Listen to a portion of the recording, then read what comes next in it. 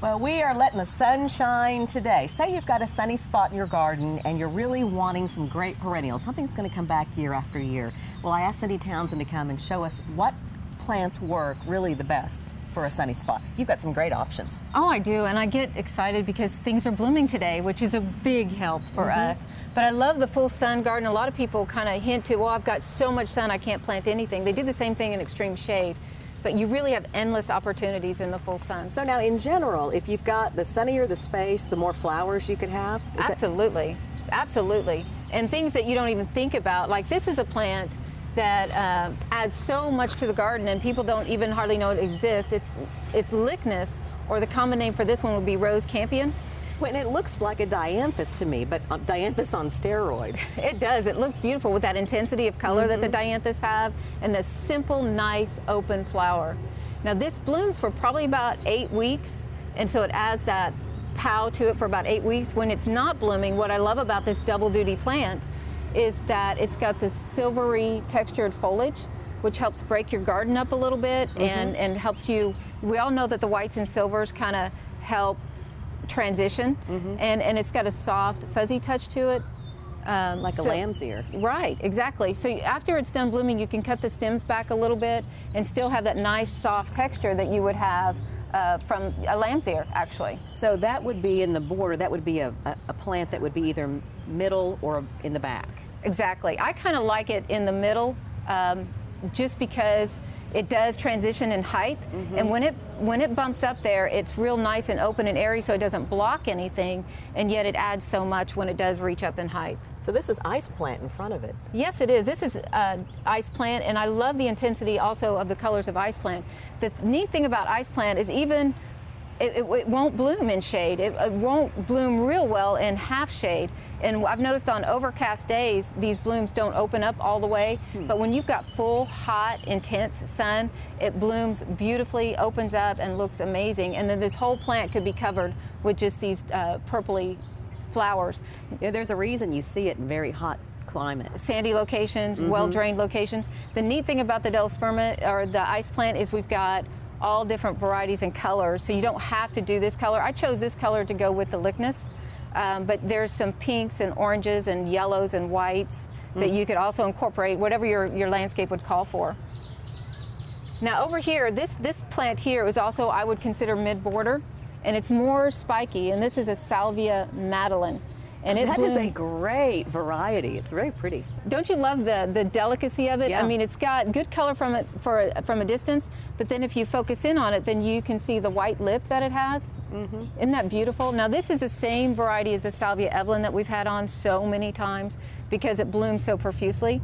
So when these blooms are done, you're going to cut them back and they're going to bloom again. And so they're just going to continue to add to your garden. And when I use spiky, Jennifer, I really love to use daisy type flowers. And so we've been a little bit soft with the Madeline, but then once you put this bold yellow, they look great together. They really, really do. And it's a daisy type with spiky, so that's a good combination in the garden. The neat thing about Jethro Tull, not only does it bloom profusely, and I mean, it's one of the ones that'll just keep going on. It's got these fluted petals that form that daisy-shaped flower. Well, and you got to buy it for the name alone, Jethro Tull. Tull. Yeah, I do love it. But you all have so many varieties here. It's not just that one. But I love that one because it looks so great, especially with all the purples. It's like the opposites on the color wheel. Oh, absolutely. And they nice. work well perfectly. It makes you an instant designer when you can grasp that concept.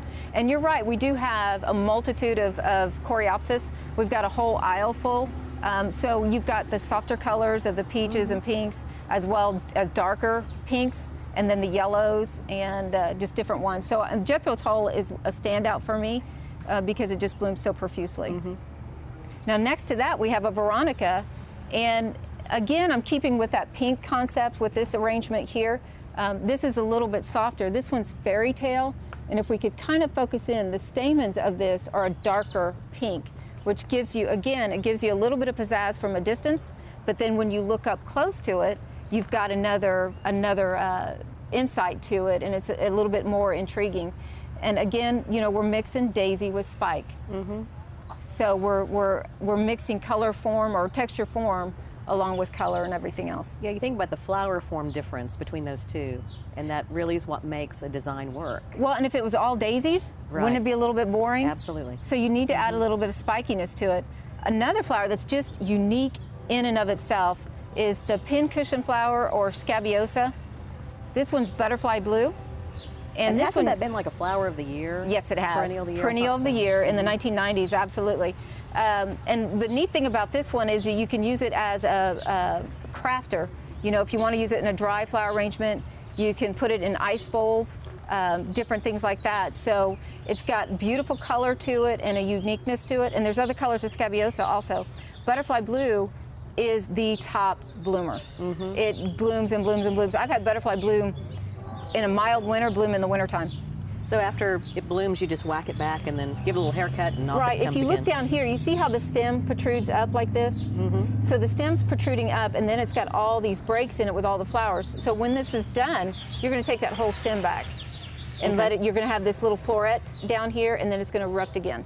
Terrific. Now talk about the balloon flower. I love those. Oh, I do too. They are just so much fun. And I have to tell you, if we could focus down here on the actual balloon part of it, we've had customers come along and pop them. Which I think is not just recommended. Not recommended. Please don't pop the balloon. But when it opens up to this beautiful, almost bell-shaped flower, and it's got a nice, and see the veining, the darker veining in it. Isn't that gorgeous? Mm-hmm. So this works really well in this whole arrangement with the yellows and the pinks, the daisies, and then again another flower shape. And I want to draw your attention to another Lychnis. And again, the Lychnis is just a double duty plant. It's going to bloom for about 8 weeks or so. This one's orange gnome, and see how vibrant the color is here? Mm-hmm. And then the beauty of this one, when it's done blooming, you still have the foliage that adds to the garden. So you can add some blues or pinks or something to that. And it also comes in red, which is just absolutely beautiful. A lot of variety with that plant. That's wonderful. And it's underutilized. People don't know the term Lychnis alone, and it's got so many different common names. Like this one's Maltese cross. Then you've got what is it, rose campion, and then catchfly. A lot of different common names. And then you've got Salvia gregae down here below. I love that. That has such an airy look. Well, and it's aromatic, so you can brush against it and get the aroma. And it gives you a shrubby appearance, so it gives you a little bit more, you know, everything we've been looking at is very cottage garden-y. So once you put something like Salvia gregae in the mix, then you've got something a little bit more stable looking because of its shrubby appearance. Well, Cindy, thank you for giving us so many great ideas of what to plant in a sunny spot. In a sunny spot. Has to have some sun. Absolutely. To shine. All right. Well, coming up next, we're going to have Linda Shackelford along, our garden guru, to answer your garden questions. Stay with us.